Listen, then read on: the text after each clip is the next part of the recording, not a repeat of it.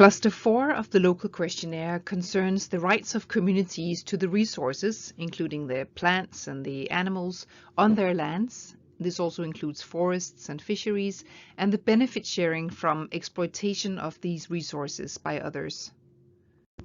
In international human rights instruments on the rights of indigenous peoples and of peasants, we can find language on respect for the right of individuals and communities to the natural resources on their lands, and also their right to participate in the use, management, and conservation of natural resources, including in protected areas.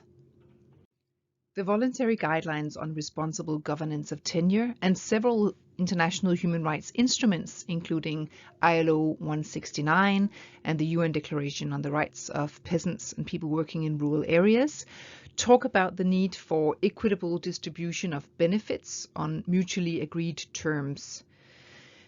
Just an example here from the UN Declaration on the Rights of Peasants mentions that permits for exploitation needs to be based on modalities for the fair and equitable sharing of the benefits of such exploitation that have been established on mutually agreed terms between those exploiting the natural resources and the peasants and other people working in rural areas.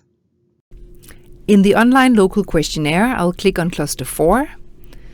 You'll see questions here about whether there is any natural resource exploitation conducted by the government or by third parties, meaning companies, for example, on the lands that the communities use, access, or own, and whether the communities receive any benefits from this exploitation, and whether they consider that to be equitable.